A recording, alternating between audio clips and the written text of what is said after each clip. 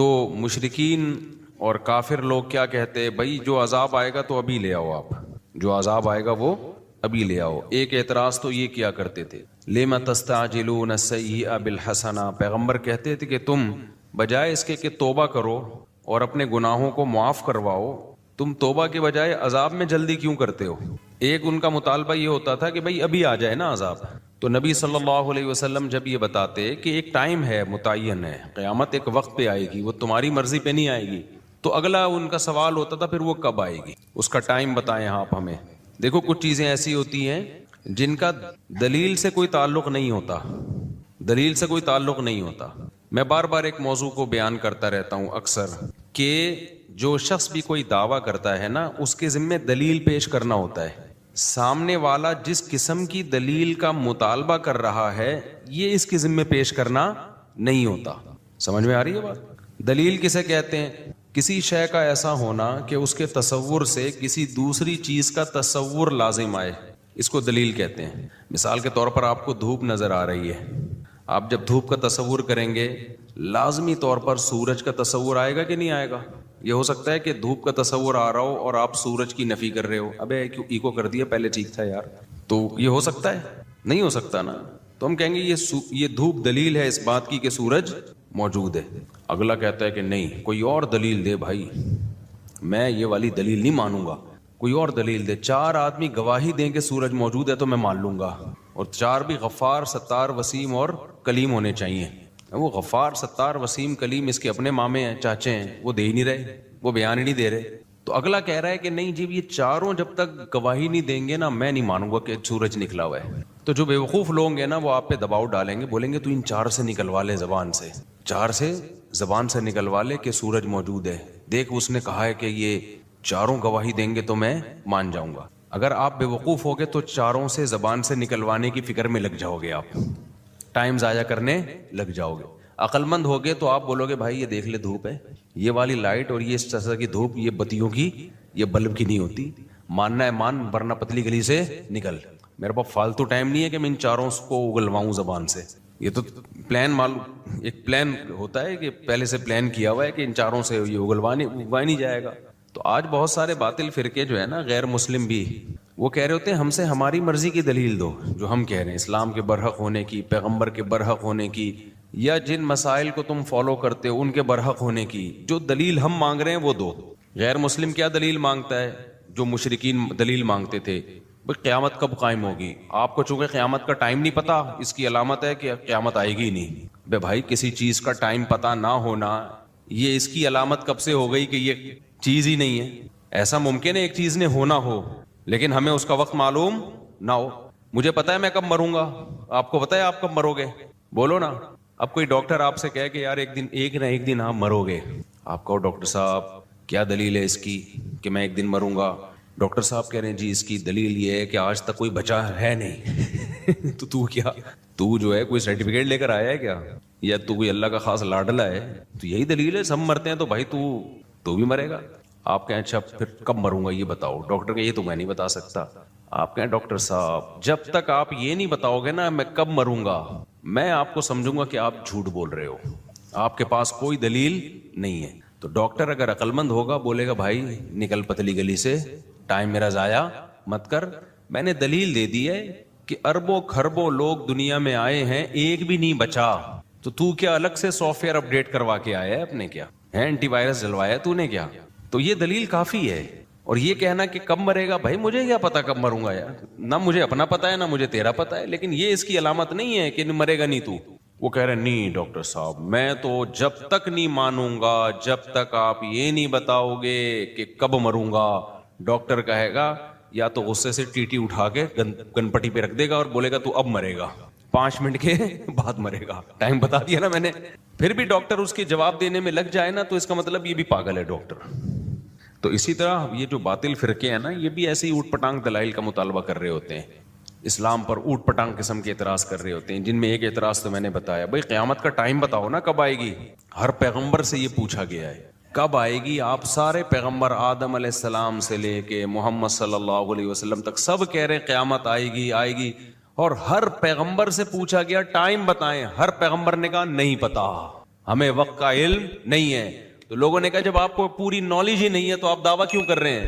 تو پیغمبر نے کہا جتنی نالج ہے اس کا دعویٰ کیا جا سکتا ہے. ہم نے یہ دعویٰ ہی نہیں کیا کہ ہمیں ہر چیز کی نالج ہے. دیکھو دعویٰ یہ کیا ہوتا نا ہمیں ہر چیز کی نالج ہے, پھر ہم کہتے ہیں کہ ہمیں نہیں پتا کب آئے گی قیامت. تو دعویٰ اور دلیل آپس میں میچ نہیں کر رہے ہوتے. دعویٰ تو ہے کہ سب کچھ پتا ہے, اور جب پوچھا جاتا ہے اس دعوے کی دلیل کے طور پر سب کچھ پتا ہے تو یہ بھی بتائیں, تو وہ کہتے ہیں ہمیں نہیں پتا. تو آپ ایک طرف دعویٰ کر رہے ہو سب کچھ پتا ہے, دوسری طرف کہہ رہے ہو ہمیں نہیں پتا, تو بات غلط ہو جاتی. پیغمبروں نے یہ دعویٰ کیا ہی نہیں کہ بھائی ہمیں سب کچھ پتا ہے. پیغمبروں نے یہ کہا ہمیں جتنا پتا ہے اتنا بتا دیا, اور یہ پتا ہے کہ قیامت آئے گی, یہ اللہ نے ہمیں بتایا. ہمارے سچے ہونے کی کیا دلیل ہے کہ ہم جھوٹ نہیں بولتے؟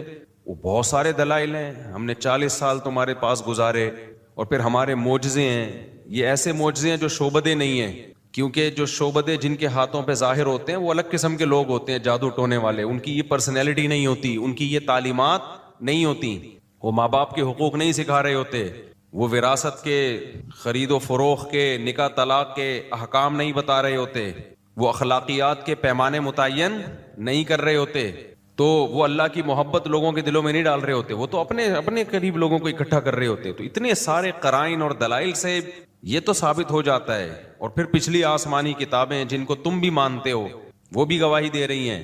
تو اتنی دلیل کافی ہے ہمارے اس دعوے کے سچے ہونے کے لیے. ٹائم ہمیں معلوم نہیں ہے. تو کافروں نے بھی, اب کافر لوگ اعتراض کرتے ہیں بھائی محمد صلی اللہ علیہ وسلم اللہ کے نبی ہیں تو اتنی کم عمر سے شادی کیوں کی انہوں نے؟ کسی کی عمر کا زیادہ ہونا اور اس کی زوجہ کی عمر کا کم ہونا یہ نبی نہ ہونے کی دلیل نہیں ہے, اس کا اس سے کوئی تعلق نہیں ہے. ہاں آپ اس عمل کا ظلم ہونا ثابت کر دو, پھر یہ اس کی دلیل ہے کہ جس نے یہ کام کیا وہ نبی نہیں ہے. اور ظلم کسے کہتے ہیں؟ مظلوم پکارے کہ مجھ پہ ظلم ہو رہا ہے. دنیا میں کوئی ایسا ظلم دیکھا کہ مظلوم کہے بہت اچھا ہوا میرے ساتھ ہے؟ بھائی کوئی بڑی عمر کا آدمی کم عمر سے نکاح کر رہا ہے تو ظلم اس کم عمر پہ ہو رہا ہے نا. تو حضرت عائشہ سے نبی نے نکاح کیا, امی عائشہ کی عمر 9 سال, نبی کی عمر 49-50 سال. تو معاذ اللہ یہ ظلم کس پہ ہوا؟ امی عائشہ پہ. وہ بولتی کہ غلط ہو گیا میرے ساتھ, میرے ابا نے غلط کیا. اس وقت بچی تھیں, بعد میں بول دیتی. ہم سیرت اٹھا کے دیکھتے ہیں جن حدیث کی کتابوں میں یہ لکھا ہے کہ 9 سال کی بچی سے نکاح ہوا, لڑکی سے نکاح ہوا, انہی کتابوں میں جو حضرت عائشہ کے حالات لکھے ہیں, ایسی میاں بیوی میں محبت کی مثال اس کائنات میں ملتی نہیں ہے. تو پیغمبر سے ظلم کا صدور یہ ممکن نہیں ہے, لیکن ظلم کی ڈیفینیشن وہ نہیں ہے جو آپ کہیں اور ہم پہن لیں. ظلم کی ڈیفینیشن وہ ہے جو ساری دنیا میں متفقن علیہ ہے, جن میں سب سے پہلی شرط یہ کہ مظلوم کہے مجھ پر ظلم ہو رہا ہے, مظلوم کو اس پہ اعتراض ہو. جب مظلوم خوش ہے اس کا مطلب یہ مظلوم. دیکھو اس کی ایک مثال دوں, کھلاڑیوں کے بلے کروڑوں روپے میں بکتے ہیں, کیا خیال ہے بھائی یہ جاوید میاں داد کا بلہ ہے, اس نے آخری بال پہ چھکا مارا تھا نا ایک دفعہ شارجہ میں, ہم چھوٹے تھے اس وقت, آخری بال پہ کیا مارا تھا؟ چھکا. وہ بلہ پتہ نہیں کروڑوں میں بکا ہے میرا خیال ہے. اب ایک آدمی جس کو جاوید میاں داد سے کوئی عقیدت نہیں, چھکے چوکوں سے کوئی دلچسپی نہیں ہے, اس کو کرکٹ سے بھی میرے جیسا آدمی کو کوئی دلچسپی نہیں ہے, تو وہ ایک شخص نے کروڑ روپے کا بلہ خریدا اور فریم میں گھر میں لگا دیا کہ وہ بلہ ہے, وہ بیٹ ہے جس سے شارجہ جو کپ تھا اس میں آخری بال پہ کیا لگا تھا بھائی؟ چھکا مارا تھا. تو 1 کروڑ کا میں نے خریدا ہے. میں آ گیا جی, میں نے بیان کیا, میں نے کہا جاوید میاں داد سے بڑا ظالم اس کائنات میں کوئی نہیں ہے. 50 روپے کا بلہ 1 کروڑ میں پہنا دیا ایک آدمی کو. صحیح ہے نا, 50 روپے کا بلہ کتنے میں پہنا دیا؟ 1 کروڑ میں پہنا دیا. لکڑی ہی ہے تو ہے, اس میں زیادہ سے زیادہ اچھی کوالٹی والی لکڑی ہوگی. 500 کا بلہ ہوگا, 1000 کا بلہ ہوگا, 10,000 کا بلہ ہوگا, 1 کروڑ کا 2 کروڑ کا تو کچھ بنتا ہی نہیں ہے. اور میں دلیل یہ دے رہا ہوں کہ بھائی یہ 1 کروڑ کا بلہ جاوید میاں داد نے بیچ دیا, یہ ظلم کیا اس مظلوم کے اوپر, اس بندے کے اوپر, اتنی سی چیز کو اتنا مہنگا کر کے بیچ دیا. دلیل میں یہ دے رہا ہوں کہ آج تک بلے اللہ بلے اس قیمت پہ کبھی بکے نہیں ہیں. یہ تو میاں داد کے بلے کی وجہ سے میاں داد کی بلے بلے ہو گئی ہے. میں یہ کہنا شروع کر دیا, میاں داد کے تو مزے ہو گئے, اس کے تو بلے کی وجہ سے بلے بلے ہو گئے. لوگ کہہ رہے ہیں بھائی کیسے ظلم ہو گیا. میں مثال دے رہا ہوں بھائی, دیکھو یہ بھی بلہ ہے, مارکیٹ میں قیمت پوچھو, لوگ کہہ رہے ہیں 4,000, کوئی کہہ رہا ہے 5,000. یار 1 کروڑ اور 4,000 میں فرق, کیا اندھے ہو کیا تم؟ عقیدت کی اینک لگائی ہوئی ہے تم نے. میں جتنی مرضی تقریریں کروں, عقل مند کہے گا بھائی جس پہ ظلم ہوا ہے ذرا اس سے جا کے انٹرویو لیتے ہیں. میں نا جاوید میاں داد کے خلاف تقریریں کر رہا ہوں, یہ ظالم ہے, اس نے اپنا بلہ 1 کروڑ میں پہنا دیا, یہ کر دیا, وہ کر دیا. میں گیا, ہم انٹرویو لینے والے مظلوم کے گھر پہنچ گئے. سر یہ آپ کو پہنایا گیا ہے. پہنانا سمجھتے ہیں نا کراچی کی اصطلاح. میں اتوار بازار گیا تھا, بکری پہن کے آنے لگا تھا, شکر ہے کسی نے بتا دیا کہ یہ ٹھیک بکری نہیں ہے. خیر, تو میں گیا, میں نے کہا بھائی یہ آپ کے ساتھ بہت زیادتی ہوئی, یہ دیکھو یہ بلہ میں لے کر آیا ہوں, 100 روپے کا ہے یہ 5000 کا ہے یا 10,000 کا ہے, اسی جیسا ہے, اتنا ہی بڑا سائز ہے. جاوید میاں نے آپ کے ساتھ بہت ظلم کیا, 1 کروڑ کا پہنا دیا. تو مظلوم کہہ رہے بھائی جان آپ کون ہو, کہاں سے آئے ہو؟ ٹھیک ہے نا, یہ میں نے مجھے پہنایا نہیں گیا ہے, اپنی شوق سے اپنی مرضی سے میں نے خریدا ہے, اور میرے لیے 1 کروڑ 2 کروڑ کی کوئی حیثیت نہیں ہے. اور 30 کروڑ تو ابھی لگ رہے ہیں اس کے, میں دے نہیں رہا کیونکہ تاریخی بلہ ہے, ہماری نسلوں میں چلے گا. تو کیس فوراً خارج ہو جانا چاہیے نا ایسے موقع پہ.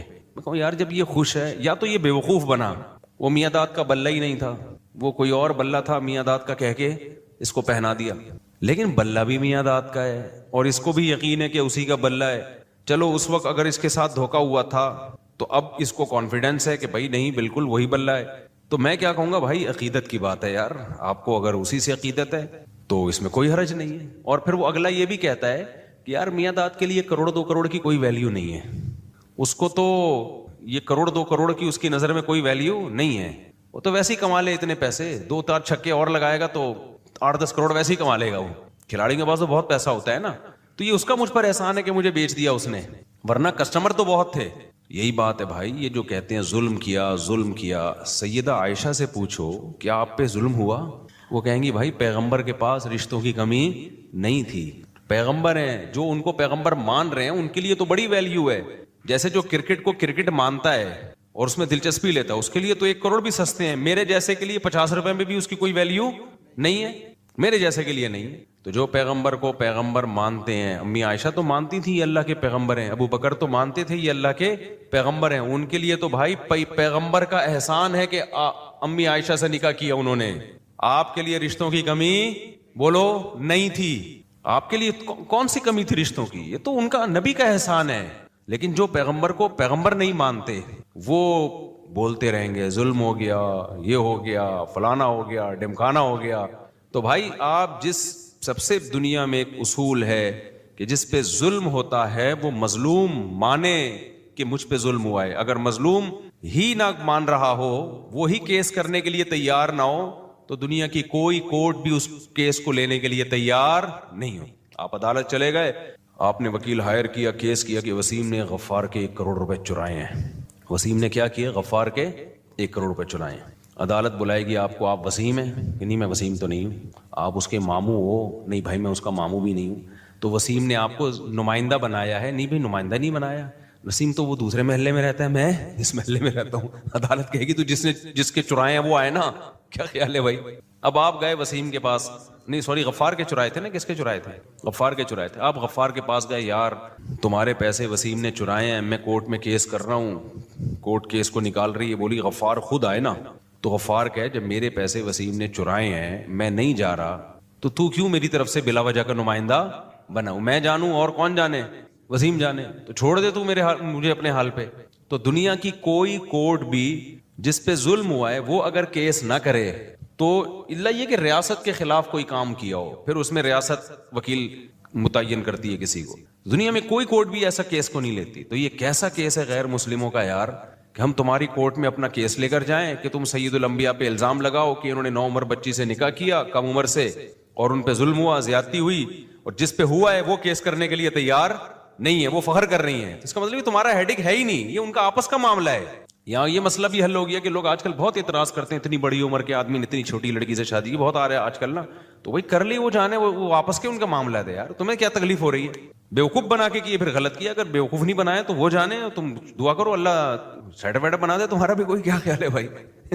کوئی جل گیا, کسی نے دعا دی, لکھا ہوتا ہے نا رکشے کے پیچھے, رکشوں کے پیچھے جو لکھا ہوتا ہے غور سے پڑھا کریں, بڑی بڑی خاندانی باتیں لکھی ہوتی ہیں ٹرکوں کے پیچھے اور رکشوں کے پیچھے. وہ باتیں جو جاوید چودھری سے آپ نہیں سنو گے ٹرک کے پیچھے مل جائے گی آپ کو, جو مبشر لقمان اور حسن نثار اور ایسے صحافیوں سے آپ نہیں سنو گے, وہ آپ کو ٹرک کے پیچھے لکھی ہوئی مل جائیں گے. بڑی موٹیویشن ملتی ہے ان باتوں سے, سمجھ رہے ہو نا. کوئی جل گیا, کسی نے دعا دی, تو دعا دینے والا جلتا نہیں ہے اور برکت ہو جاتی ہے, جلنے والے کیا ہوتے ہیں, سوکھتے چلے جاتے ہیں. آپ نماز کے بعد مل لیں بھائی.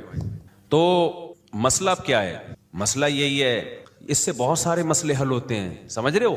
یہ جو باطل فرقے ہم سے مطالبے کرتے رہتے ہیں، میں بار بار ایک مسئلے کو چھیڑتا ہوں، اسی مناسبت سے آج چھیڑ لوں گا۔ اکثر ایک سوال پوچھا تھا، تو قضاء عمری کی کیا دلیل ہے اسلام میں؟ اتنی ساری نمازیں قضا ہو جائیں، 10 سال کی نمازیں قضا ہو جائیں تو نمازیں ساری پڑھنا ضروری ہیں، کوئی حدیث لے کر آؤ۔ اکثر مطالبہ کر رہے ہوتے ہیں نا آج کل کے اسکالر کہ کیا دلیل ہے بھائی 10 سال؟ بھائی ہمارے ذمے دلیل پیش کرنا ہے۔ آپ نے ہم سے کہا نا کہ حدیث لے کر آؤ، ہر مسئلے پر حدیث نہیں ہوتی ہے۔ حدیث میں اصول ضابطہ بیان کر دیا، البینۃ علی المدعی والیمین علی من انکر، جو دعویٰ کرے گا دلیل اس کے ذمے ہے، یہ حدیث میں آ گیا۔ تو ہم یہ تو ثابت کر دیں گے عقل سے کہ مدعی آپ ہو، دعویٰ کرنے والے ہم نہیں ہیں۔ مدعی آپ کیسے ہو؟ اسلام میں ہمیں یہی ملتا ہے کہ جب نماز قضا ہوئی ہے، چاہے جان کر قضا ہوئی، نبی کی سیرت سے ہمیں یہی ملتا ہے۔ نبی کی 4 نمازیں قضا ہوئی میدان جنگ میں، کیونکہ اس وقت جنگ میں کیسے نماز پڑھنی ہے یہ حکم نازل نہیں ہوا تھا۔ 4 نمازیں قضا ہوئی ہیں، تو نبی نے پہلے ان کی قضا پڑھی ہے، پھر استغفار۔ تو آپ کی نماز جان کر قضا ہو، بھولے سے قضا ہو، 4 ہوں یا 4000 ہوں، اس فرق پر آپ کے پاس کوئی دلیل نہیں ہے۔ اب دلیل آپ کے ذمے ہے کہ اگر 4 نمازیں قضا ہوں تو پڑھی جائیں گی، 4000 قضا ہوں تو نہیں پڑھی جائیں گی۔ اس کی کیا دلیل ہے آپ کے پاس؟ اس پر کیا حدیث ہے آپ کے پاس؟ یہ تو آپ نے جرم کیا نا، 10 سال نمازیں چھوڑی ہیں، تو فوراً آیت پیش کر دیتے ہیں، ما جعل علیکم فی الدین من حرج، اللہ نے دین میں کوئی حرج نہیں رکھا۔ سوال پیدا ہوتا ہے اس کی کیا دلیل ہے کہ اس میں حرج ہے؟ 10 سال کی نمازیں کسی پر لازم کرنے میں حرج ہے؟ کہاں حرج ہے بھائی؟ ہم 10 سال کی نمازیں یہ تھوڑی کہہ رہے ہیں کہ ایک دن میں پڑھو، ہم کہہ رہے ہیں 10 سال کی نمازیں 10 سال میں پڑھو۔ آپ اب بھی حرج ہے کیا؟ اپنی طرف سے چیزیں بناتے ہیں۔ آج کل مارکیٹ میں چائنا کا مال بہت بک رہا ہے مذہب کے نام پہ۔ تو اجماعی مسئلہ ہے یہ کہ اگر نماز قضا ہو گئی، چاہے 10 سال ہو 20 سال ہو، آپ کو وہ توبہ کے ساتھ وہ قضائے عمری بھی کرنی پڑی۔ اجماعی مسئلہ ہے، جو اجماع کے خلاف جاتا ہے دلیل اس کے ذمے ہوتی ہے۔ اسی طرح عورتوں مردوں کی نماز کا فرق جو میں بتاتے رہتا ہوں، اجماعی مسائل ہیں یہ کہ عورتیں سمٹ کے نماز پڑھیں گی۔ اب جو اجماع کے خلاف جائے گا دلیل اس کے ذمے ہے کہ وہ پیش کرے، کہ عورت کے بارے میں الگ سے حدیث پیش کرے کہ نہیں عورت بھی مردوں کی طرح نماز پڑھے گی۔ جب تک حدیث نہیں ہے تو اجماع سے یہ بات ثابت ہے کہ کیسے پڑھے گی، سمٹ کے نماز پڑھے گی۔ تو اور بھی ایک میں نے بتایا تھا نا گاؤں میں جمعہ نہیں ہوتا، بتایا تھا نا مسئلہ، ایک اہل حدیث عالم ہے، انہوں نے میرے خلاف ایک کلپ ریکارڈ کروا دیا فوراً۔ میں نے اس پہ دلیل بھی دی تھی کہ گاؤں میں جمعہ نہیں ہوتا، کیوں؟ صحیح حدیثوں میں یہ مضمون ہے کہ نبی صلی اللہ علیہ وسلم کے پیچھے صحابہ کرام گاؤں دیہاتوں سے باریاں لگا کے جمعہ پڑھنے آیا کرتے تھے مدینہ میں۔ یہ باریاں کیوں لگاتے تھے؟ کیونکہ وہاں گاؤں میں جمعہ نہیں ہوتا۔ وہ جمعہ پڑھنے کے لیے نا گاؤں کے لوگ آتے تھے، اس دفعہ ان کی باری ہے، یہ جا کے وہاں جمعہ پڑھیں گے، اور اگلی دفعہ ان کی باری۔ ینتابونا کے الفاظ ہیں، صحیح حدیث ہے یہ کتنی بڑی دلیل ہے۔ حالانکہ ظہر کی نمازیں تو وہ باریاں لگا کے نہیں پڑھنے آ رہے نبی کے پیچھے، فجر کی نمازوں میں باریاں نہیں لگا رہے، عصر کی نمازوں میں باریاں ان کو پتہ ہے یہاں ہو جاتی ہے، جمعے میں باریاں لگا رہے ہیں وہ۔ تو اہل حدیث عالم نے فوراً، ایک تو وہ بعض ان کے علماء ایسے ہیں، سب کی بات نہیں کر رہا ہے، وہ طنز بہت کرتے ہیں، ایسے کرتے ہیں جیسے ان کو کچھ پتہ ہی نہیں ہے۔ تو محترم نے فوراً ایک میرے خلاف کلپ بنا دیا۔ اب چونکہ زیادہ مشہور نہیں ہے، میں نام لوں گا تو مشہور ہونے کا خطرہ ہوتا ہے۔ پھر بعض دفعہ کسی مشہور کے خلاف انسان بیان اس لیے کرتا ہے تاکہ وہ میرا نام لے کے رد کریں اور میں بھی پھیل جاؤں۔ انہوں نے میرے خلاف کلپ بنا دیا، اس حدیث کا کوئی جواب نہیں دیا۔ کتنی بڑی دلیل ہے یہ؟ جواب یہ دیا کہ فلاں حدیث میں ملتا ہے کہ بحرین میں ایک گاؤں تھا جہاں جمعے کی نماز ہوتی تھی۔ لوگوں نے کہا کہ سب کے کمنٹس ان کے حق میں کہ یار زبردست جواب دے دیا۔ یہ تو آپ ہماری قوم کی سینس ہے، کوئی پوچھنے والا نہیں ہے کہ مکہ مدینہ سے ٹاپتے ٹاپتے آپ پہنچے کہاں؟ بحرین۔ جبکہ دیگر روایات سے پتہ چلتا ہے کہ وہ گاؤں نہیں تھا، قصبہ کبیرہ تھا، بہت بڑی آبادی تھی وہ۔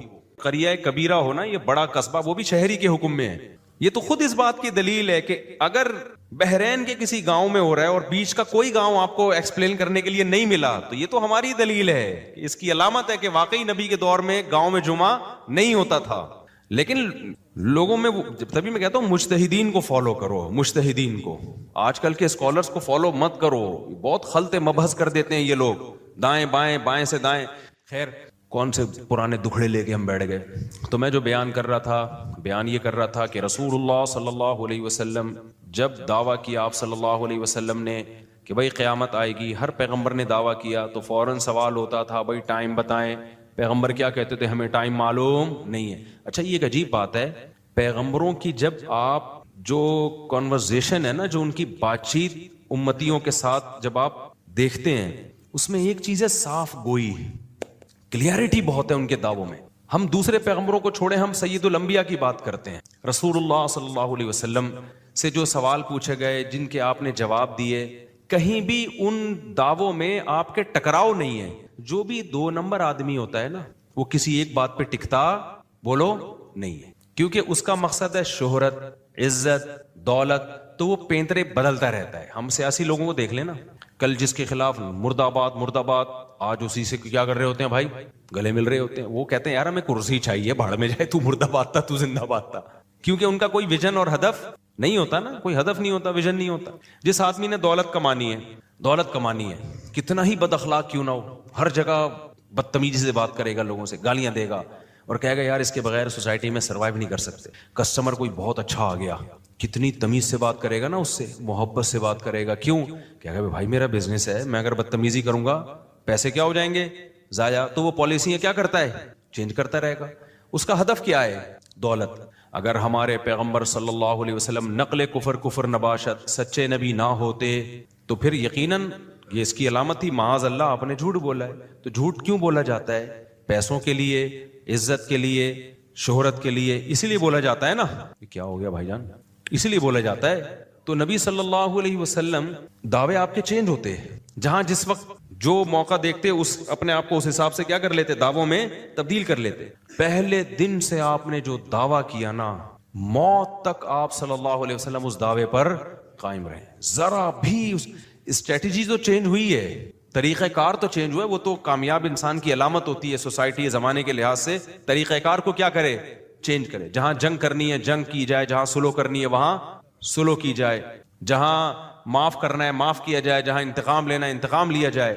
دعویٰ ایک حرف بھی آپ کا شروع سے آخر تک چینج نہیں ہوا. آپ نے دعویٰ کیا کیا, ایک اللہ کی عبادت کرو, اللہ کے سوا کوئی عبادت کے لائق نہیں ہے. تم مر کے ختم نہیں ہو جاتے, بلکہ موت کے بعد دوبارہ زندگی ہے. مشرکین نے بار بار کہا بھئی آپ یہ کر لیں آپ یہ کر لیں. فرمایا انما انا بشر مثلکم, میں تمہاری طرح کا انسان ہوں. یہ جو آپ کا دعویٰ تھا نا, میں تمہاری طرح کا انسان ہوں, یہ جب کوئی 2 نمبر لوگ اس طرح کے دعوے کرتے ہیں نا, بھئی میں تو ایکچولی آپ جیسا ہوں, جب ان کو عزت شہرت ملتی ہے نا, تو یہ دعویٰ کیا ہوتا ہے, پھر آہستہ آہستہ ان کا چینج ہوتا ہے. وہ فوراً کہتے ہیں بھئی اصل میں وہ تو میں نے کہہ دیا تھا میں آپ کی طرح کا انسان ہوں, لیکن ایسا ہے نہیں, میں بہت ہی کوئی الگ سی چیز ہوں. کیونکہ جب دیکھتا ہے نا لوگ آنا شروع ہو گئے, تو پھر الگ قسم کے دعوے اس کے شروع. مجھے ساتھ یہ بھی ہوتا ہے, مجھے یوں بھی نظر آتا ہے, مجھے ایسے بھی نظر آتا ہے, میں یوں بھی کر سکتا ہوں, میں یہ بھی کر سکتا ہوں.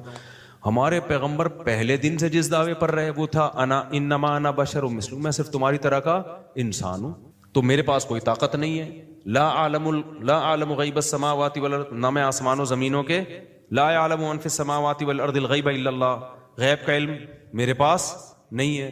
مشرکین بار بار آ کے پوچھتے قیامت کب آئے گی, آپ کہیں گے بھائی مجھے تو نہیں پتا, میرے پاس تو غیب کا علم نہیں ہے. اگر میرے پاس غیب کا علم ہوتا تو مجھے ما مسنی السوء, کبھی کوئی مصیبت ہی نہیں آتی. میں تو بھائی مصیبتیں بھی آتی ہیں, مجھے تو مصیبتیں بھی آتی ہیں, مجھے تو خوشیاں بھی آتی ہیں, میں خوشیوں پہ خوش ہوتا ہوں, مصیبتوں پہ غم زدہ. اگر میرے پاس اختیارات ہوتے یا میں جو ہے غیب کا علم ہوتا تو مجھے پتا چل جاتا کل مجھے یہ مصیبت آنے والی ہے, تو پہلے سے بچنے کا میں انتظام کر لیتا. کیسی اپنی پوزیشن بالکل جو پہلے دن تھی آخری دن بھی وہی رکھی. بھائی میں اپنی طرف نہیں بلا رہا, میں تمہاری طرح کا انسان ہوں. یہاں تک کہ بعض حدیثیں تو ایسی تواضع والی ملتی ہیں, ایسی تواضع والی. نبی صلی اللہ علیہ وسلم نے ایک صحابی سے کہا کہ کھجور کے جو نر کھجوروں کو مادہ کھجوروں سے مت ملاؤ. انہوں نے نہیں ملایا, تعبیر نخل کہتے ہیں. تو وہ کھجور میں کمی ہو گئی. انہوں نے کہا یا رسول اللہ کھجور میں کمی ہو گئی. آپ فرمایا میں تمہاری طرح کا انسان ہوں. بھائی میں کیا ہوں, نمانا صحیح مسلم کی حدیث ہے, بخاری مسلم کی. میں تمہاری طرح کا انسان ہوں. میں دین کے معاملے میں حکم دوں تو فالو کرو, دنیا کے معاملے میں انتم اعلم بعمر دنیاکم منی. بھائی دنیا تو تم مجھ سے زیادہ جانتے ہو, کھجوروں کا تجربہ مجھے تھوڑی ہے, تمہیں کیا ہے. کوئی مذہبی لیڈر جو 2 نمبر ہو, اس طرح کا اسٹائل ہوتا ہے اس کا. پیر صاحب آج کل کے دیکھ لو نا, چائنا کے پیر آ رہے ہیں مارکیٹ میں, اتنا سا پیر ہوگا, باتیں ایسی کرے گا, وہ لنگڑوں کو بھی سیکھ کر سکتا ہے, وہ فالج زداؤں کو بھی ٹھیک کر سکتا ہے, وہ گنجے کے سر پہ بھی بال نکال سکتا ہے, وہ جس کی شادی نہیں ہو رہی اس کی شادی بھی کرا سکتا ہے, وہ سنگ دل محبوب کو اس کے قدموں میں بھی لا سکتا ہے. ٹچے قسم کے ہوتے ہیں خود ان کے محبوب, مارکیٹ سے کیا ہوتے ہیں, شارٹ ہوتے ہیں. لیکن دعوے دیکھو, وہ جو پھونکوں والا ہے, اور ایک سرکار نہیں, ایسی تو کروڑوں سرکاریں ہیں پاکستان میں, پوری دنیا میں آئی ہے, یہاں زیادہ ہیں. ذرا سے 4 آدمیوں نے عزت دینا شروع کر دی تو پیر صاحب کا اسٹائل کیا ہو گیا, چینج ہو. مجھے گھر میں بلاؤ, میں پھونک ماروں گا, وہاں سے جن چڑیل بھوت کیا ہو جائیں گے, بھاگ جائیں گے. پیر صاحب کی دعا ہے ہمارے سر پہ ہاتھ ہے جس کی وجہ سے بگڑی بنتی چلی. ہمارے پیغمبر کا پہلے اور آخر دن بھی, حالانکہ آپ کو خدا کی قسم جو عزت ملی ہے نا, نبی کے آرڈر پہ گردنیں کٹوائی ہیں صحابہ نے. حضرت سعد نے تقریر کی, یا رسول اللہ بنی اسرائیل کی طرح نہیں ہے کہ جنہوں نے کہہ دیا تھا اذهب انت وربک فقاتلا, جاؤ آپ اور آپ کا رب جا کے لڑے, ہم یہیں بیٹھے ہیں. نہ آپ آگ میں چھلانگ لگانے کا کہو گے, آگ میں چھلانگ لگا دیں گے ہم. ایسے فالوورز دنیا میں کسی کو نہیں ملے. اور پھر معجزے بھی دیکھ رہے ہیں. آپ صلی اللہ علیہ وسلم نے پانی میں انگلیاں ڈالی, انگلی مبارک, اور پانی کا چشمہ پھوٹ گیا. یہ معجزے بھی دیکھ رہے ہیں. اس کے باوجود بھی آپ کہہ رہے ہیں یہ کون کر رہا ہے بھائی؟ اللہ کر رہا ہے. انما انا بشر مثلکم, میرے پاس اختیارات نہیں ہے, میں کچھ نہیں کر سکتا. آج کسی کے ہاتھ پہ کوئی ایسی کرامت ظاہر ہو جائے تو پیر صاحب کی تو ٹون کیا ہو جائے گی, چینج. پیر صاحب کہیں گے میں بول نہیں رہا تھا. ایک پیر صاحب کا کوئی مرید نے خواب دیکھا. پیر صاحب کو کہا حضرت آج بہت عجیب خواب دیکھا آپ کے بارے میں. پیر صاحب نے کہا بتا بھائی. کہہ رہے میں نے دیکھا کہ آپ کی انگلیاں جو ہے نا شہد میں اور میری انگلیاں گندگی میں. وہ گندگی کا نام لیتے ہوئے مجھے وہ گھن آ رہی ہے. وہ پورا نام, جب مسجد کے باہر کسی کو سناؤ گے پورا نام لے کے سنانا, اس کے بغیر کیچڑ تو بہت ہلکی چیز ہے بھائی, اس میں گندگی میں سمجھ رہے ہو. تو پیر صاحب نے کہا دیکھا یہی تو فرق ہے تم میں اور مجھ میں. میری انگلیاں شہد میں, تمہاری انگلیاں گند میں, گوبر میں. تو کہتے ہیں خواب کمپلیٹ نہیں ہوا ہے ابھی, اس کو کمپلیٹ ہونے دیں. کائنڈلی خواب کو کیا ہونے دیں آپ, کمپلیٹ. پورا خواب یہ ہے کہ میں نے پھر خواب میں دیکھا کہ میری انگلیاں آپ چاٹ رہے ہیں اور آپ کی انگلیاں میں چاٹ رہا ہوں. سمجھ رہے ہو کہ نہیں؟ ہمارے ایک جاننے والے تھے, ان کا بچپن میں مناظرہ ہوا. مناظرہ بڑی ہوشیاری کا کام ہوتا ہے. مناظرہ تھا کسی بدعتی سے. اس بدعتی نے ہمارے کسی بزرگ پر اعتراض کیا تھا کہ تمہارے بزرگ نے نا فلاں عبارت اپنی کتاب میں لکھی ہے, یہ گستاخی ہے. یہ کیا ہے؟ گستاخی ہے. تو اس پہ وہ بڑا پروپیگنڈا کر رہے تھے, دیکھو یہ لوگ دیوبندی گستاخ اور فلانے گستاخ. اچھا اسی قسم کی عبارت ان کے بھی کسی بزرگ نے لکھی ہوئی تھی, ان کو مل گئی. مناظرے کا دن طے ہو گیا, یہ وہاں چلے گئے, اکیلے گئے نا. یہ اب جی اپنا واقعہ ہمیں سنا رہے تھے. تو اور بھی ان کے ساتھ لوگ تھے. یعنی اکیلے سے مراد یہ کہ عالم تو یہ اکیلے ہی تھے, باقی جو غریبی میں جا رہے ہوتے ہیں 2-4 لوگ. اب وہاں جب جا کے یہ بیٹھے نا تو انہوں نے, وہ آ گئے, انہوں نے بولا تمہارے بزرگ گستاخ اور فلانا اور ڈمکانا اور کافر ہے. یہ کہتے ہیں, میں نے کہا کہ بھائی وہ ایسا ہے کہ اگر آپ کے بھی بزرگ نے یہ اپنی کتاب میں لکھا ہو تو وہ بھی کافر ہیں. اب وہ ایک دم نا تھوڑا سا, اچھا یہ ڈرامہ کر کے نا کتاب ساتھ لے کر آئے تھے, اور ڈرامہ کر کے ایسے لگے جیسے ان کو وہ ان بزرگ کی عبارت مل ہی نہیں رہی نا. ایسے گھننے بن گئے کہ ان کو ان کے بزرگ کی عبارت کہہ رہے ہیں یار وہ تھی پتہ نہیں کہاں, بھائی کہاں ہے وہ, ایسے نا بات کر رہے ہیں پورے فل ایکٹنگ. وہ کہہ رہے بھائی اسی میں تھی بھائی, اب مل نہیں رہی یار, کیا کر رہے یار تو. اب مجمع وہاں جمع ہوا تھا مسجد میں. اب ان کے نا کانفیڈنس پیدا ہونا شروع ہو گیا ان لوگوں میں, جو مخالفین تھے نا ان میں, ان کو ہو گیا بھائی یہ اس کی بھول گیا یا نہیں ہے, یہ ڈرامہ کر رہا تھا. تو انہوں نے کہا کہ اب کہہ رہے یار وہ پتہ نہیں گئی کدھر ہے, لیکن اگر کسی نے ایسا لکھا ہو وہ کافر ہے یا نہیں ہے. اب نا تھوڑے لوگ کہہ رہے ہیں ہاں کافر ہے, تھوڑے گھبرانے کے نمل نہ جائے نا کہیں. تو اب پھر یہ تلاش کر رہے ہیں یار گئی, تو کہنے لگے یار وہ پتہ نہیں کہاں گئی. تو لیکن اگر لکھا ہو تو کافر ہے یا نہیں. انہوں نے کہا بھائی لکھا ہو تو پکا کافر ہے, لیکن تو دکھا تو صحیح نا, تو چھوڑیں گے نہیں. اب ہم ان کو پکا کروا دیا, اس پہ ان کو کیا کروایا, پکا کروا دیا. ان کو پہلے نا مضبوط کرو تاکہ یہ ایسا نہ بولے کہ نہیں اس کا ایکچولی اس کا تو یہ مطلب. پھر یہ کہہ رہے پھر مل نہیں رہی. اب کہہ رہے ہیں یار وہ مل نہیں رہی, لیکن اگر بالفرض کسی نے یہ الفاظ لکھے ہیں تو وہ کافر ہے یا نہیں ہے. تو وہ کہہ رہے ہیں ابے ہم تجھے نا ماریں گے, پکا کافر ہے, اسلام سے خارج ہے, تو دکھا تو صحیح. جب بہت زیادہ ان کی زبان سے اگلوائے اور گھننا بن کے جیسے وہ عبارت ہی گم گئی ہے, فوراً نکال کے دکھا دی یہ لکھا ہوا ہے. اس کے بعد جو کہہ رہے میں بھاگ گیا وہاں سے, کیونکہ پتا تھا طبیعت سے کیا کروں گا, پٹوں گا. لیکن بہت سارے لوگ نا جو اس کو اپنا باپ جاؤ اور اپنی ترقیوں پہ ناز کرنا شروع کر دو. فَإِذَا جَاءَ وَعْدُ رَبِّي, جب میرے رب کا وعدہ آئے گا, جَعَلَهُ دَكَّاءَ, اسے توڑ تاڑ کے برابر کر دے گا. وَكَانَ وَعْدُ رَبِّي حَقًّا, اور میرے رب کا وعدہ سچا ہے. وعدے سے مراد کیا ہے؟ دونوں مراد ہو سکتے ہیں, یا تو قیامت مراد ہو سکتی ہے کہ قیامت میں سب چیزیں ہی ٹوٹ جائیں گی, یا جو احادیث میں آیا ہے کہ جب یاجوج ماجوج قرب قیامت میں ظاہر ہوں گے تو وہ دیوار ختم ہو جائے گی, یا تو وہ مراد ہے. وَتَرَكْنَا بَعْضَهُمْ يَوْمَئِذٍ يَمُوجُ فِي بَعْضٍ, اور ہم ان میں سے بعض کو, یعنی جو یاجوج ماجوج ہیں ان میں سے بعض کو, یومئذ, جس دن ایسا ہوگا, جس دن اللہ کا وعدہ آئے گا اور یہ دیوار ٹوٹے گی, یموج فی بعض, ہم ان کو ایسا کر دیں گے کہ یہ ایک دوسرے میں گھس رہے ہوں گے. یہ مضمون احادیث میں آیا ہے. دیکھیں قرآن میں اور احادیث صحیحہ میں جو یاجوج ماجوج اور اس دیوار کا ہمیں ملتا ہے نا، میں صرف اس کو آپ کے سامنے بیان کروں گا. باقی اس بارے میں ڈیٹیل میں آپ جائیں گے تو بہت کچھ آپ کو انٹرنیٹ پہ بھی مل جائے گا، مفسرین کی کتابوں میں بھی مل جائے گا، اور لوگوں کی اپنی اپنی تحقیقات ہیں، اپنے اپنے تبصرے ہیں. نہ میں ان تبصروں کو صحیح کہہ رہا ہوں نہ غلط کہہ رہا ہوں، کتابیں بھری ہوئی ہیں، وہ آپ جائیں پڑھیں اس کو. لیکن جتنی بات قرآن سے اور صحیح احادیث سے یاجوج ماجوج کے بارے میں ثابت ہوتی ہے، میں صرف اس کو آپ کے سامنے ابھی پیش کر رہا ہوں. پہلا عقیدہ تو یہ ثابت ہوتا ہے کہ یاجوج ماجوج ایک قوم ہے، انسان ہیں، وہ کوئی انسانوں کے علاوہ کوئی الگ مخلوق نہیں ہے، لیکن ہیں بڑے فسادی. دوسری بات یہ بہت قدیم ہے، ذوالقرنین جب گئے تو اس سے پہلے کی یہ قوم ہے اور زمین میں پہلے سے فساد مچا رہی ہے، لیکن بہت زیادہ ان کی کثرت نہیں تھی جتنی کثرت قرب قیامت میں ہوگی، کیونکہ نسل ان کی بہت تیزی کے ساتھ بڑھ رہی ہے. تیسری بات یہ ہے کہ اللہ نے ان کو دنیا کے کسی حصے میں رکھ کے چھپا دیا ہے. چھپایا اس لیے ہے کہ ان کے ظاہر ہونے کا ایک ٹائم ہے، اور وہ ہے حضرت عیسیٰ علیہ السلام کا دور. حضرت عیسیٰ ابن مریم کے دور میں یاجوج ماجوج ظاہر ہوں گے. تو اسی کو آپ چوتھا پوائنٹ بھی کہہ سکتے ہیں. تیسرا پوائنٹ کیا ہو گیا کہ ان کو چھپا دیا گیا ہے. لہذا یہ جو لوگ کہتے ہیں نا یاجوج ماجوج دریافت ہو گئے ہیں فلاں جگہ ہیں فلاں جگہ ہیں، تو بھائی ہمیں جب ایک چیز چھپا دی گئی ہے اور ایک ٹائم بتا دیا گیا ہے کہ اس ٹائم پہ ظاہر ہوں گے، تو اس سے پہلے وہ دریافت ہو ہی نہیں سکتے. پہلے دریافت ہو گئے تو اس کا مطلب نبی صلی اللہ علیہ وسلم کی گویا پیش گوئی غلط ہو گئی. تو جو جس کا ٹائم ہے اسی ٹائم پہ وہ ظاہر ہوں گے. چوتھی بات میں نے جیسے بتائی کہ حضرت عیسیٰ علیہ السلام کے دور میں وہ ظاہر ہوں گے. پانچویں بات، صحیح حدیث سے یہ بات ثابت ہے کہ یاجوج ماجوج وہ جو دیوار بنی تھی اس کو چاٹتے رہتے ہیں، ختم کرتے ہیں. اب چاٹنا کا جو لفظ حدیث میں ہے اس سے مراد زبان سے چاٹنا بھی ہو سکتا ہے، اور یہ کنایا بھی ہو سکتا ہے کہ اس کو ختم کرنے کی کوشش میں لگے ہوئے ہیں. اور ایسے چاٹنا، جب ہم کوئی چیز چاٹتے ہیں نا تو بہت تھوڑی تھوڑی وہ ختم ہوتی ہے. تو اتنی موٹی اتنی بڑی دیوار ہے کہ وہ انہوں نے اپنی اسٹرگل اور اپنی محنت نہیں چھوڑی ہے، تو وہ دیوار کو کسی نہ کسی طریقے سے گھسائی میں اس کے لگی رہتے ہیں. تو زبان سے بھی چاٹنا ہو سکتا ہے اور کسی اور طریقے سے اس کو ختم کرنے کی کوشش بھی مراد ہو سکتی ہے. اور حدیث میں آتا ہے کہ ایک دن آئے گا وہ جب ختم ہونے والی ہوتی ہے نا تو وہ کہتے ہیں کہ ہم کل اس کو دوبارہ شروع کریں گے اور کل ہم اس کو ختم کر دیں گے.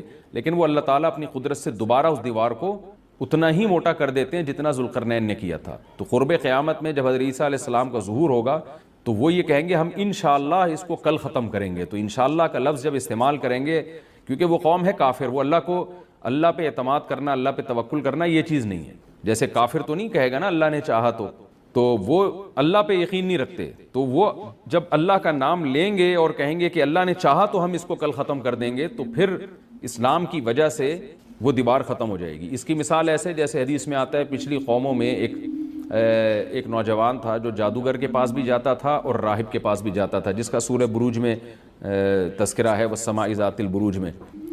تو جب وہ نوجوان پکڑا گیا، وہ مسلمان ہو گیا تھا، بادشاہ نے اس کو بھیجا تھا جادوگر کے پاس کہ جادو سیکھے، لیکن وہ راہب کے پاس جاتا، عیسائیت سیکھی اس نے اور نیک مسلمان بن گیا.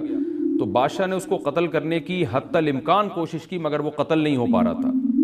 بادشاہ نے اس کو پہاڑ پہ بھیجا اپنے سپاہیوں کو لے کے کہ پہاڑ سے لے جا کے اس کو گرا دو، لیکن اللہ نے مدد کی کہ وہ سپاہی گر گئے، یہ بچ گیا.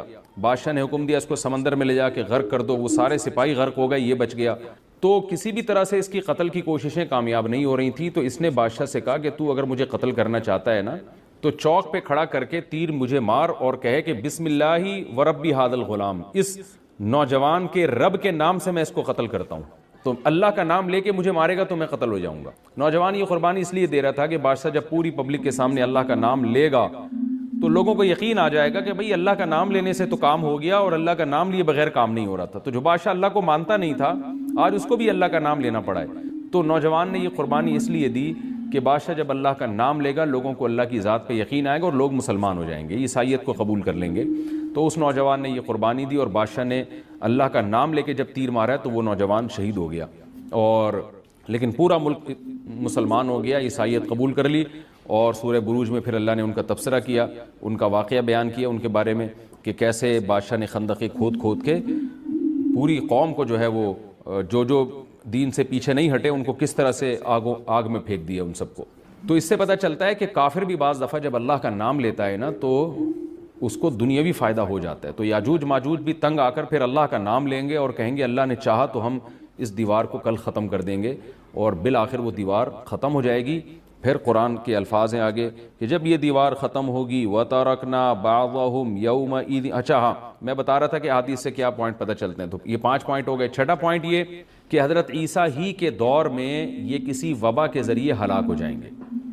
حضرت عیسیٰ علیہ الصلوۃ والسلام یہ اتنے زیادہ ہوں گے کہ ان سے لڑنا ممکن نہیں ہوگا، جیسے کہ قرآن میں بھی آ رہا ہے وَتَرَكْنَا بَعْضَهُمْ يَوْمَئِذٍ يَمُوجُ فِي بَعْضٍ، ہم ان میں سے بعض کو بعض کے اندر گھسا دیں گے، اتنی کثرت سے ایک دوسرے میں ہی نہیں، اب آبادی کی کثرت بہت ہوگی ان کی، گھسے ہوئے ہوں گے ایک دوسرے میں، یہ جیسے چیونٹی اور مکوڑے ہوتے ہیں، تو ان سے لڑنا ممکن نہیں ہوگا۔ تو حضرت عیسیٰ علیہ الصلوۃ والسلام لوگوں کو لے کے کوہ طور پہ چلے جائیں گے اور باقی مسلمان وہ اپنے اپنے گھروں کے اندر بند ہو جائیں گے، اور پھر اللہ کی طرف سے ایک وبا آئے گی اور اس وبا میں یہ سارے کے سارے ہلاک ہو جائیں گے، اور پھر جب ہلاک ہو جائیں گے تو اتنی زیادہ ان کی لاشیں زمین پہ ہوں گی، اتنی زیادہ کہ انسانی آبادی ان کی لاشوں سے متعفن ہونا اور بیمار ہونا شروع ہو جائے گی، ان کی لاشوں سے بدبو اٹھے گی، اور ظاہر ہے انسان ہوں گے یہ، تو اس کی وجہ سے جو زمین کا ماحول خراب ہوگا۔ پھر حضرت عیسیٰ علیہ الصلوۃ والسلام اللہ سے دعا مانگیں گے کہ اللہ تعالیٰ ان کو کسی طرح ٹھکانے لگائے، کوئی انتظام کرے، تو پھر حدیث میں آتا ہے بارشیں ہوں گی اور سیلاب آئیں گے اور ان کی لاشیں بہہ بہہ کے پانیوں میں جا کے سمندروں میں جا کے ختم ہو جائیں گی، اللہ تعالیٰ ان کو اس طرح سے ٹھکانے لگائے گا۔ تو یہ یہاں تک جتنے بھی مضامین ہیں یہ صحیح احادیث سے ثابت ہیں۔ تو قرآن کہتا ہے وَتَرَكْنَا بَعْضَهُمْ يَوْمَئِذٍ يَمُوجُ فِي بَعْضٍ، ہم ان میں سے بعض کو بعض میں چھوڑ دیں گے، بہت کثرت ہوگی۔ وَنُفِخَ فِي الصُّورِ، اور پھر سور پھونکا جائے گا۔ قرآن میں تو یہ کہ سور پھونکا جائے گا ایسے لگ رہا ہے جیسے فوراً پھونکا جائے گا، مگر احادیث میں تفسیر ہے کہ فوراً نہیں پھونکا جائے گا۔ یاجوج ماجوج قیامت کی نشانیوں میں سے ایک بہت بڑی نشانی ہوگی، یعنی یہ اس بات کی علامت ہوگی کہ اب قیامت بہت قریب ہے۔ تو حضرت عیسیٰ ابن مریم علیہ السلام جب نازل ہوں گے، میں تھوڑی سی ترتیب بیان کر دیتا ہوں کہ جو کیونکہ بات یاجوج ماجوج کی چل رہی ہے تو اس سے منسلک جو واقعات ہیں جو اس دور میں ہوں گے وہ بھی میں اسی لیکچر کے ضمن میں بیان کر دیتا ہوں۔ ہمیں صحیح حدیث سے یہ پتہ چلتا ہے، پتہ چلتا ہے کہ قرب قیامت میں جب مسلمان بہت قسمہ پرسی میں ہوں گے تو خراسان سے لشکر اٹھے گا۔ خراسان یہ افغانستان اور ایران کا حصہ، اس علاقے کو نبی صلی اللہ علیہ وسلم کے دور میں خراسان کہا جاتا ہے، جس میں قندھار بھی آتا ہے، ایران کا بھی حصہ آتا ہے اس میں۔ تو یہاں سے لشکر اٹھے گا، مجاہدین لڑیں گے بہت بڑی تعداد میں، دنیا میں جہاد ہوگا، مسلمان ظلم کی چکی میں پس کے تنگ آ چکے ہوں گے، اور لڑتے لڑتے حدیث میں آتا ہے اتنی بڑی بڑی لڑائیاں ہوں گی کہ 1/3 مسلمان شہید ہو جائیں گے اس میں، 1/3 مجاہدین جو لڑنے والے ہوں گے، اور 1/3 جو ہوں گے وہ میدان جنگ سے بھاگ جائیں گے، اور 1/3 کو اللہ فتح عطا فرمائے گا۔ تو جو 1/3 میدان جنگ سے بھاگ جائیں گے، نبی صلی اللہ علیہ وسلم نے فرمایا ان کی توبہ کبھی قبول نہیں ہوگی۔ جو 1/3 شہید ہو جائیں گے وہ افضل ترین شہداء ہوں گے اس وقت کے، اور 1/3 کو اللہ تعالیٰ غلبہ عطا فرمائیں گے۔ ایک واقعہ تو ہمیں قرب قیامت میں نبی صلی اللہ علیہ وسلم سے یہ ملتا ہے صحیح حدیث سے۔ دوسرا ہمیں یہ ملتا ہے کہ قرب قیامت ہی میں مسلمان قسمہ پرسی کا شکار ہوں گے، تو تلاش کریں گے حضرت مہدی کو، کیونکہ حضرت مہدی وہ شخصیت ہیں جن پہ تمام نیک لوگ جمع ہو جائیں گے اور وہ مسلمانوں کی میدان جنگ میں کمانڈ کریں گے، جہاد میں کمانڈ کریں گے۔ تو ان کو بیت اللہ میں تلاش کیا جائے گا، وہ رسول اللہ صلی اللہ علیہ وسلم کی اولاد میں ہوں گے، اور لوگ ان کو پہچان لیں گے، اہل اللہ پہچان کر ان کو اپنا امیر بنائیں گے، اور ان کی قیادت میں پھر لڑائی اور جہاد شروع ہوگا۔ اور یہ لڑائی جب دمشق میں لڑائی ہو رہی ہوگی تو دمشق میں عصر کی نماز کے وقت حضرت مہدی، میں نے جو یہ کہا کہ دمشق میں لڑائی ہو رہی ہوگی، مقصد یہ نہیں ہے کہ دمشق کوئی میدان جنگ بنا ہوا ہوگا، مقصد یہ ہے کہ وہ مجاہدین کا لشکر دمشق میں ہوگا عصر کی نماز کے وقت، لڑائی چاہے کسی اور میدان میں ہو رہی ہو، لیکن حدیث میں ہمیں دمشق کا تذکرہ ملتا ہے۔ تو دمشق میں حضرت شام کا تذکرہ ملتا ہے، اور جو قرائن ہمیں ملتے ہیں وہ دمشق کی ایک خاص مسجد ہے، وہ مسجد حضرت مفتی تقی عثمانی صاحب اور مفتی رفیع عثمانی صاحب نے اس کو ہائی لائٹ بھی کیا، لیکن وہ یقینی نہیں ہے، یہ خوب سمجھے، انہوں نے اس کا بھی تبصرہ کیا کہ اس کے بارے میں کوئی یقین نہیں ہے۔ تو حضرت مہدی عصر کی نماز پڑھا رہے ہوں گے، لوگ امامت میں آپ کے پیچھے کھڑے ہوں گے، یہاں تک کہ مسجد کے مینار پر، آج بھی وہ مینار موجود ہے جس کے بارے میں غالب گمان ہے کہ یہ وہ مینار ہے جہاں حضرت عیسیٰ علیہ السلام نازل ہوں گے، غالب گمان کے درجے میں کہا جا سکتا ہے، ورنہ پھر اسی کے اڑوس پڑوس میں کوئی مسجد ہوگی۔ میرا اگر شام جانا ہوا تو انشاءاللہ میں ارادہ ہے کہ میں ولاگ میں اس مسجد کا بھی تذکرہ کروں گا، اس جگہ کا بھی تذکرہ کروں گا، لیکن میں پہلے یہ بات بتا دوں کہ وہ 100% یقینی نہیں ہے، ایسا نہ ہو کہ اس مسجد کے مینار پہ چڑھ کے لوگ جو ہے وہ اس کے کوئی مینار کو ہی چاٹنا شروع کر دیں تبرک کے طور پہ۔ تو عصر کی نماز کا ٹائم ہوگا، حضرت عیسیٰ ابن مریم علیہ الصلوۃ والسلام فرشتوں کے کندھوں پہ ہاتھ رکھ کے نیچے اتریں گے نماز کے ٹائم پہ، یعنی آسمان سے مینار تک آئیں گے اور پھر مینار سے آپ کے لیے سیڑھیاں لگائی جائیں گی، سیڑھیوں کے ذریعے مینار سے نیچے اتریں گے اور لوگ ان کو پہچان لیں گے۔ حضرت مہدی ان کو امامت کے لیے آگے کریں گے کہ آپ اللہ کے ایک پیغمبر ہیں، آپ نماز پڑھائیے، حضرت عیسیٰ علیہ السلام انہی کو آگے رکھیں گے۔ اور اس طرح کا مفہوم ہے حدیث میں کہ اللہ نے اس کام کے لیے آپ کو ہی منتخب کیا۔ کیا مطلب یہ امامت اس امت کا حق ہے؟ تو حضرت عیسیٰ ابن مریم علیہ السلام کا جو کام ہوگا وہ جہاد ہے اور یہودیوں سے انتقام لینا، کیونکہ یہودیوں نے اپنے خیال میں حضرت عیسیٰ کو قتل کیا تھا، تو اللہ نے یہودیت ہی کے خاتمے کے لیے اور دجال کے خاتمے کے لیے عیسیٰ ابن مریم کو نازل کیا ہے۔ حضرت مہدی سے پہلے ہی دجال ظاہر ہو چکا ہوگا۔ دجال کے بارے میں حدیث میں آتا ہے کہ ہر پیغمبر نے اپنی امت کو دجال کے فتنے سے ڈرایا ہے۔ اچھا، یہ دجال ایک ایسی شخصیت ہے جس کا یہودی انتظار ہم سے زیادہ کر رہے ہیں، کیونکہ یہودی اس کو اپنے لیے نجات دہندہ سمجھتے ہیں، جبکہ حدیث میں آتا ہے کہ دجال کانا ہوگا اور اس کا خدائی کا دعویٰ ہوگا، اس کے پاس کچھ ایسی طاقتیں ہوں گی کہ مردے کو زندہ کر دے، زندہ کو مار دے، ایک طرف اس کے باغ ہوگا، ایک طرف اس کے آگ ہوگی، جو اس پر ایمان لائے گا اس کو باغ میں داخل کرے گا، اور جو اس پر ایمان نہیں لائے گا اس کو آگ میں داخل کرے گا۔ اور رسول اللہ صلی اللہ علیہ وسلم نے فرمایا اس کی جو آگ ہے حقیقت میں وہ جنت کا باغ ہوگا، اور اس کا جو باغ ہے حقیقت میں وہ جہنم کی آگ ہوگی۔ تو جو نبی کی باتوں پہ یقین کرتے ہیں وہ دجال کے فتنے سے محفوظ رہیں گے۔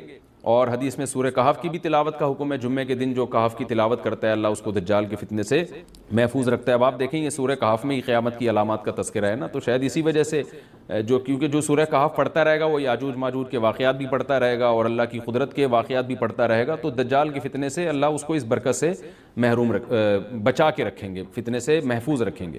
تو وہ ایسی طاقتیں دکھائے گا، بے وقوف لوگ اس پہ ایمان لے آئیں گے۔ حدیث میں آتا ہے کہ کانا کبھی بھی خدا نہیں ہو سکتا، یعنی اس کی تو ایک آنکھ ہوگی نہیں، لیکن بے وقوف لوگ اس کے یہ کچھ ظاہری کمالات دیکھیں گے، یہ نہیں دیکھیں گے کہ یہ تو شکل بھی اس کی اچھی نہیں ہے، یعنی خدا کم از کم جمال والا ہوتا ہے نا، یہ تو ہے بھی کانا، اور اس کے بڑا بڑا کافر بھی لکھا ہوا ہوگا واضح طور پر جس سے پتہ چلے گا۔ لیکن احمق اور بیوقوف لوگ جیسے روحانی عاملوں کے کچھ شعبدے دیکھ کر ان پہ سے متاثر ہو جاتے ہیں نا، روحانی عاملوں کے شعبدے دیکھ کے، تو ایسے ہی دجال کے شعبدے دیکھ کے متاثر ہوں گے۔ تو بہت لوگوں کو، خلقت کو، بہت بڑی امت کو گمراہ کرے گا دجال، اہل اللہ کو اللہ تعالیٰ اس کے فتنے سے محفوظ رکھے گا۔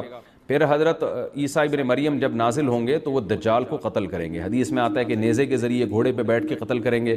علماء نے اس حدیث کا دو مطلب بیان کیے ہیں کہ یا تو اس کا مطلب یہی ہے کہ واقعی گھوڑے پہ بیٹھیں گے، نیزہ استعمال کریں گے، اور زمین جو ہے وہ اتنی پہلے اس سے جنگیں ہو چکی ہوں گی کہ لوگ دوبارہ تلواروں گھوڑوں کی طرف آ جائیں گے۔ اس بات کا امکان ہے، ہر ملک ایٹمی طاقت بن چکا ہے، تو اگر یہ ایٹم بم سارے ملک آپس میں چلا دیں تو ہم دوبارہ گدے گھوڑوں والی زندگی پر آ جائیں گے، ٹیکنالوجی ساری تباہ و برباد ہو جائے گی، انسان کی ترقی۔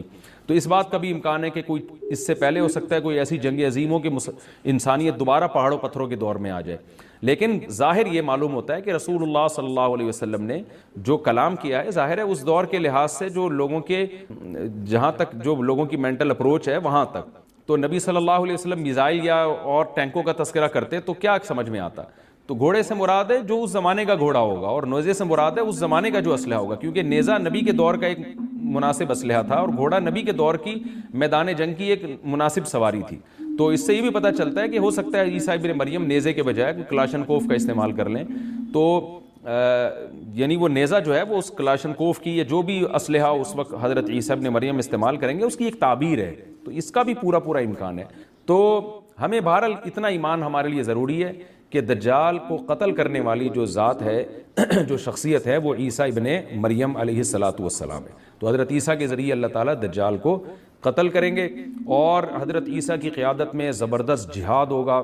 حدیث میں آتا ہے کہ عیسیٰ ابن مریم اس دنیا کو امن سے بھر دیں گے، اتنا امن ہو جائے گا اور اتنی مالی فراوانی ہوگی، اتنی مالی، کیونکہ دنیا میں مال بہت ہے، ڈسٹریبیوشن صحیح نہیں ہے، جو تقسیم ہے نا مال کی وہ ظالمانہ ہے، جس کی وجہ سے غریب سے غریب تر ہے، امیر سے امیر تر ہے۔ حضرت عیسیٰ ابن مریم ایسا نظام قائم کریں گے کہ جس سے مال کی صحیح تقسیم، اور لوگ اٹھیں گے زکوٰۃ کا مستحق تلاش کریں گے اور لوگوں کو زکوٰۃ کا مستحق نظر نہیں آئے گا، غریب تلاش کرنا مشکل ہو جائے گا۔ یعنی ایک آدمی، حدیث کے مفہوم ہے کہ زکوٰۃ لے کے گھومتا رہے گا اور اس کو کوئی غریب نہیں ملے گا، اتنی مالی فراوانی ہو جائے گی۔ پھر ترمذی کی روایت میں آتا ہے کہ اللہ کی طرف سے برکتیں ایسی نازل ہوں گی کہ بڑے بڑے انار پیدا ہوں گے، بڑے بڑے انگور پیدا ہوں گے، زمین اپنی برکتیں کھول دے گی، اور حضرت عیسیٰ علیہ السلام خنزیر کو بھی دنیا سے ختم کر دیں گے، خنزیر کی نسل کو ختم کر دیا جائے گا، وَيَضَعُ الْجِزْيَةَ، اور جزیہ کا نظام ختم، اما الاسلام و اما السیف، یا تو تلوار یا اسلام، اس کے علاوہ نہیں۔ تو نبی صلی اللہ علیہ وسلم کو اللہ نے جس مقصد کے لیے دنیا میں بھیجا تھا اس مقصد کی جو تکمیل ہے وہ عیسیٰ ابن مریم کے ذریعے. باقی اس میں حکمتیں کیا ہیں اس پر میرے الگ سے بیانات موجود ہیں کہ اللہ نے حضرت عیسیٰ ابن مریم کا انتخاب کیوں کیا اس کام کی تکمیل کے لیے, اسی امت میں کوئی کیوں منتخب نہیں کر لیا, یا یہ کہ پیغمبر صلی اللہ علیہ وسلم ہی کے ذریعے پوری دنیا میں اسلام کو غالب کر دیا جاتا, اس میں کیا حکمتیں ہیں اس پر میرے الگ سے بیانات موجود ہیں. ابھی تو میں کوشش کرتا ہوں کہ تفسیر سے میں جو ٹو دا پوائنٹ بات ہے اس سے یہاں اس لیکچر میں نہ ہٹوں. تو اسی وقت حضرت عیسیٰ ابن مریم اس کو یاجوج ماجوج کو قتل کریں گے اور دنیا انصاف سے بھر جائے گی, اور اللہ تعالیٰ نے جو پیغمبروں کو دنیا میں بھیجا تھا اس کا مقصد کیفیت اور کمیت دونوں لحاظ سے حاصل ہو جائے گا. اس کے بعد پھر آہستہ آہستہ دنیا میں زوال شروع ہوگا, اور پھر جب پوری دنیا کے لوگ زوال کا شکار ہوتے ہوتے کفر کی طرف جائیں گے, گناہوں کی طرف, اور حدیث میں آتا ہے جب تک ایک شخص بھی اللہ کا نام لینے والا ہوگا اس دنیا پر قیامت نہیں آئے گی. یہاں تک کہ آخری شخص جب دنیا سے اٹھے گا جو اللہ کا نام لیا کرتا تھا, تو اس کے بعد اللہ تعالیٰ سور پھونکیں گے, جبریل کو حکم دیں گے سور پھونکنے کا, اور اس دنیا کو تباہ و برباد کر دیا جائے گا. تو آگے قرآن کہتا ہے وَنُفِخَ فِي الصُّورِ, اور پھر سور میں پھونکا جائے گا, فَجَمَعْنَاهُمْ جَمْعًا, پھر ہم ان تمام انسانوں کو جمع کر دیں گے, وَعَرَضْنَا جَهَنَّمَ يَوْمَئِذٍ لِلْكَافِرِينَ عَرْضًا, اور قیامت کے دن ہم جہنم کو یومئذ, جس دن ایسا ہوگا یعنی جس دن سور پھونکا جائے گا, یہ دوسرا سور مراد ہے, للکافرین عرضا, کافروں کے سامنے پیش کر دیں گے. الذین کانت اعینہم فی غطاء عن ذکری, یہ وہ لوگ ہیں جن کی آنکھیں میری یاد سے پردے میں پڑی ہوئی تھیں, یعنی میری یاد کی چیزیں ان کو نظر ہی نہیں آتی تھیں, غفلت میں پڑی ہوئی تھی جن کی آنکھیں. وَكَانُوا لَا يَسْتَطِيعُونَ سَمْعًا, اور یہ سننے کی صلاحیت بھی نہیں رکھتے تھے, نہ حق بات سنتے تھے نہ حق دیکھتے تھے, بس اپنے خواہشات کی جو چیزیں ہیں وہ ان کو اچھی لگتی تھیں اور وہی ان کو سمجھ میں آتی تھیں. تو یہ ہمارا رکوع الحمدللہ کمپلیٹ ہو گیا. اس رکوع میں ہمیں بہت سارے اسباق ملتے ہیں, میں نمبر وار اس کو مختصراً بیان کر دیتا ہوں. پہلی بات تو یہ کہ دیکھیں اللہ تعالیٰ نے کیسے کیسے بادشاہ دنیا میں بھیجے ہیں اور کتنے پاورفل بادشاہ. حضرت ذوالقرنین کا نام ہی قرن والا, دو کناروں والا, زمین کے بہت بڑے حصے کو حضرت ذوالقرنین نے فتح کیا, اور اللہ کے نیک بندے کیسے اللہ کے راستے میں لڑتے رہے ہیں. تو یہ جو لوگ بیٹھ جاتے ہیں نا بس عبادت کرو اور لڑائی وڑائی اسلام میں ہے ہی نہیں, یہ دنیا میں کوئی بھی عقل مند اس نظریے کا حامی نہیں ہوگا. تو طاقت اور قوت کی اسلام میں بہت زیادہ اہمیت ہے. اس سے ہمیں یہ بھی پتہ چلتا ہے کہ اپنے ملک کی, خاص طور پر اسلامی ملک کی جو فوجی قوتیں ہیں, جو فوجی طاقتیں ہیں, ان کی ہمیں قدر کرنی چاہیے. کیونکہ اگر کوئی بھی ملک عسکری لحاظ سے کمزور ہو جائے, کیونکہ اللہ تعالیٰ تو جو عسکری لحاظ سے طاقتور قومیں تھیں اللہ نے ان کا کتنا تذکرہ کیا, ہاں وہ اللہ کے باغی نہ ہوں. تو اسلامی ملک میں کوئی بھی اسلامی کنٹری ہے, چاہے سعودی عرب ہے, چاہے پاکستان ہے, چاہے ترکی ہے, کوئی بھی اسلامی کنٹری ہے, اس کی فوج کی قدر کرنی چاہیے, کیونکہ اسی کی وجہ سے ملک کا بارڈر محفوظ ہوتا ہے. اگر مسلمان عسکری لحاظ سے کمزور ہونا شروع ہو جائیں تو کافر ہمیں گاجر مولی کی طرح کاٹنا شروع کر دیں, اسلام دشمن قوتیں ہمیں کھا جائیں, ختم کر دیں ہمیں کھا کے. تو نیک قوتوں کو اپنی بقا کے لیے ہمیشہ سے ایک اسلحے کی اور طاقت کی ضرورت رہتی ہے. اس کی اہمیت اسلام میں بہت زیادہ ہے. موسیٰ علیہ السلام کے بعد کتنے بڑے بڑے جنگی کمانڈر پیدا ہوئے. ذوالقرنین کا اللہ نے کیسا تذکرہ کیا. ذوالقرنین کی عبادت کا کہیں بھی تذکرہ نہیں, حالانکہ وہ بڑے عبادت گزار بھی تھے. داؤد علیہ السلام کی عبادت کا تذکرہ بھی ہے, ان کی تلوار اور طاقت کا تذکرہ بھی ہے. تو اللہ تعالیٰ جہاں عبادت کا تذکرہ کرتے ہیں تو طاقت اور قوت کا بھی تذکرہ کرتے ہیں. اس سے عسکری لحاظ سے اپنے آپ کو مضبوط کرنے کی اہمیت کا ہمیں پتہ چلتا ہے کہ اسلام میں اس کی بڑی اہمیت ہے. تو کسی بھی اسلامی ملک کی فوج کا مورال کسی بھی لحاظ سے ڈاؤن نہیں ہونا چاہیے, اور عسکری لحاظ سے وہ کسی بھی لحاظ سے کمزور نہیں ہونی چاہیے, اور اس کو چاہیے کہ اعدوا لهم ما استطعتم من قوہ پر عمل کرے. کہ قرآن کہہ رہا ہے روز بروز اپنی طاقت اور قوت میں اضافہ کرنے کی کوشش کرو. اس سے مسلم قوم کو کبھی بھی غافل نہیں ہونا چاہیے, اور کوئی بھی ایسا کام جس سے مسلمان قوتیں اور طاقتیں کمزور ہونا شروع ہو جائیں, اس کام سے ہمیں بچنا چاہیے. دوسری بات ہمیں یہ پتہ چلی کہ اللہ تعالیٰ نے اہل اسلام کے ذمے پوری دنیا کی ذمہ داری لگائی ہے, کسی ایک ملک کی نہیں. جتنے بھی پیغمبر آئے ہیں جب وہ دنیا فتح کرنا شروع کی ہے تو کہیں رکے نہیں ہیں وہ کہ بھئی یہاں تک, اس سے آگے نہیں جانا. ان کی صلاحیت ہی ختم ہو گئی ہو, وسائل ہی ختم ہو گئے ہوں تو الگ بات ہے. تو پوری دنیا ہے جس میں اللہ کے دین کو غالب کرنا ہے. اب اس کا طریقہ کیا ہوگا, ظاہر ہے جو جس زمانے میں سوٹیبل طریقہ ہو وہ اختیار کیا جائے گا. تو حضرت ذوالقرنین پہلے انتہائی مشرق کی طرف گئے ہیں جہاں سورج نکلتا ہے, تو وہاں سے جہاں سے آبادی شروع ہو رہی ہے, اور ان کا خیال تھا کہ اب آگے آبادی نہیں ہے, تو پھر جا کے اسٹاپ کیا ہے. مغرب میں بھی ایسے ہی, شمال میں بھی ایسے ہی.